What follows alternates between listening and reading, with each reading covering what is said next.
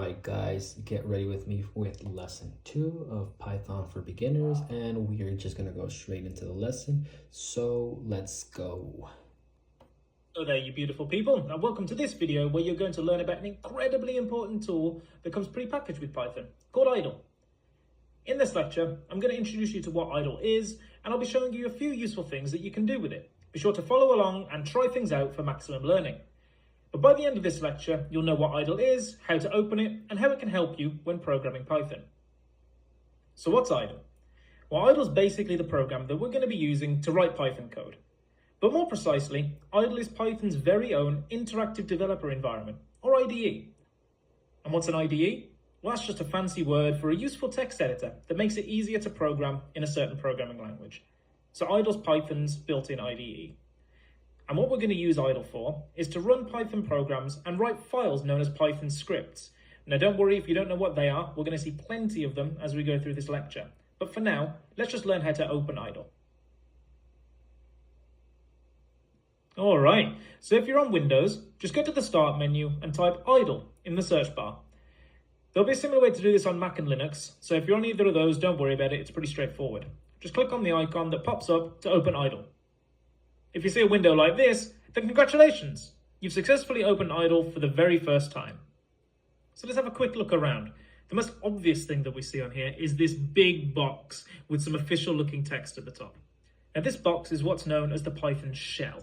Strange term, shell, but it's likely familiar to people who use Mac and Linux regularly, but it might be unfamiliar to those of you who are using Windows. But for now, just understand that whatever you type here will be interpreted by Python as a command. Along the top, you'll see the sexy idle toolbar, okay? And there's two main options I want to show you at this point. I'm not going to deep dive into everything. First of all, we have the File tab. Now in here, you'll notice you can create new files, you can open files, save files, amongst other things. These files that idle is talking about are what are known as Python scripts. We'll be creating one of those in this video, but let's continue to explore idle's toolbar for now. So the second thing that I want to show you is under Python's Help tab. You'll notice that under this tab, there is this option here that says Python Docs. Now this documentation is incredibly useful and is also available at https://docs.python.org/3. You can just Google Python documentation, it'll come straight up. Oh, by the way, the reason my text is absolutely massive is because I've made it this big so it's easier for you guys to see on the video. If you want to have it this size or something similar, then what you have to do is just go up to Options, Configure Idle. This thing will pop up, and I just picked the Lucida Sans, probably saying that all kinds of wrong, but the Lucida Sans type and size 22, and that's why it's so big. So if your text is much smaller, that's because you got the defaults and nothing's broken, don't worry. But that's enough faffing around for now. Let's actually do some programming, shall we? Right, now let's look back at the Python shell, this big thing here with these three arrows. In this shell, we can run what are called Python commands. For example, if I type 1 + 1, you know we're going to start complicated, in this shell and press enter, Python gives me back the number 2. Pretty cool, right? I want you to give that a go. Just pause this video and give it out a try for yourself. Type in the shell 1 + 1 and press enter. Don't worry, I'll wait. Okay, so hopefully you gave that a go and you got similar results. If you did, then congrats, that was your very first line of Python code. Give yourself a pat on the back. They won't always be that easy. So what you just did was an example of a Python command. You have the command of add together 1, 1, and 1. And Python shell interpreted your command and gave you back the answer 2, or returned the answer 2. So that's pretty cool, right? But the issue here is, what if we wanted to do this command over and over again, or we wanted our code to be reusable? It's kind of a pain to do that at the moment, right? I mean, like, if I wanted to use this, I'd have to go up here, copy it, and then maybe paste it on here and press enter again. I know it's only 1 + 1, but you get the idea. Well, to make our code reusable, we use Python scripts. Python scripts are files that we can store commands in. And scripts are just like scripts in real life, right, that actors use. You read them from top to bottom, and you can read them over and over again. They can also be copied, pasted, and moved around, and even shared with your friends. In fact, it's possible with scripts for someone on the other side of the world to get a copy of your code and be able to run it and get exactly the same result. Talk about high tech. So let's go ahead and create a Python script. To do this, we go up to Python's sexy toolbar and we press File up here, and then you can see this thing that says New File. There's a keyboard shortcut of Control and N for those of you who would like extra speed, but I'm just going to do it this way. And what you'll see is you get this window pop up. It's different to the shell, but anyway, this is the editor that you use to write your scripts in.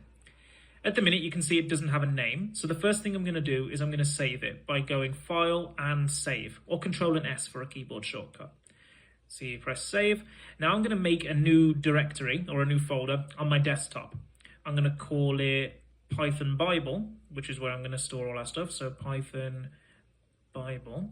And in there, I'm just going to save this file as meeting idle. Right, so meeting _ idle. Now, so this is something very important, okay?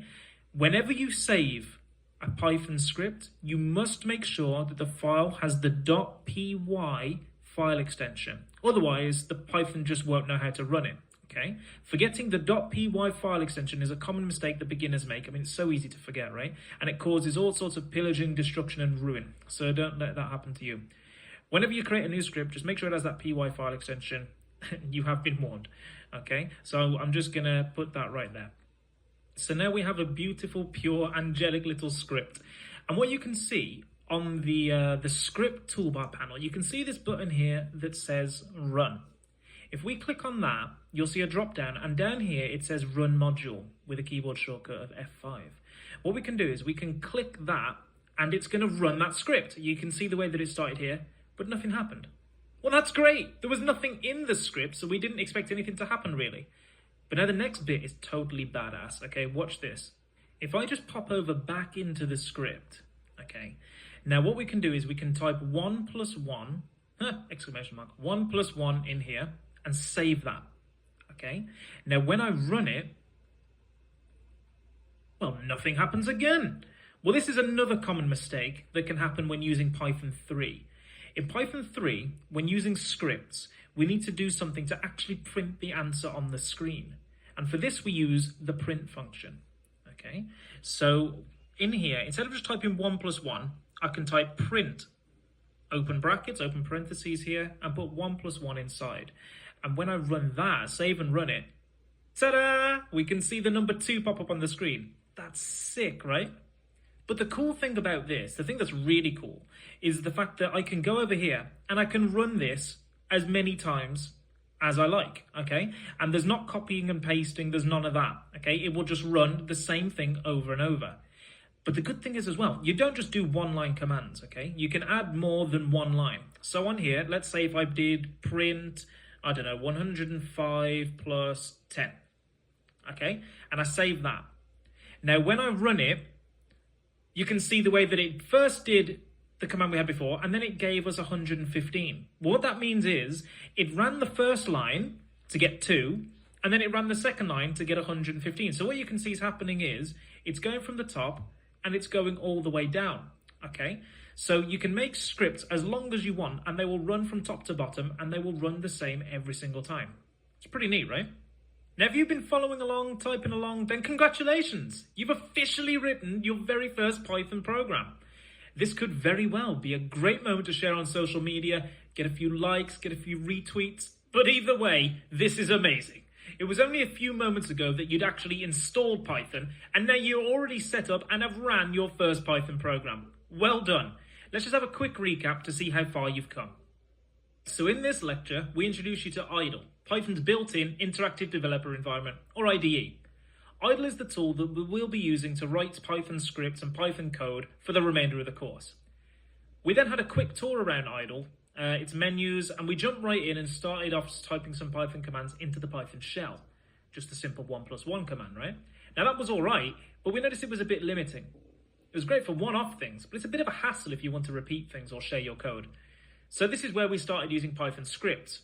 We made a folder and saved a script in it, making sure not to forget the benevolent and glorious .py file extension, without whom the whole Python world would descend into utter chaos. For real, no scam. Then we wrote some commands in the file using the print command and ran it. And Python shell interpreted all of those commands in the order that they're typed and gave the output that we wanted, which in this case was 2 numbers. Remember, when we wanted stuff from scripts to show on the screen when using Python 3, we needed to use the print function. We'll cover the print function later on in the course, but for now, just focus on the way scripts work. And awesome, we now have a reusable script. All in all, this is amazing. We've officially written our first Python program, and we're well on our way to becoming great Python programmers. Actually, in the next video, I want to share with you a best kept secret of top programmers, which is going to blow your mind. If you learn this secret, you will save countless hours of time and headache, and programming will be a whole lot more fun. I honestly can't wait to share it with you. So I'll stop here, and I'll see you in the next video.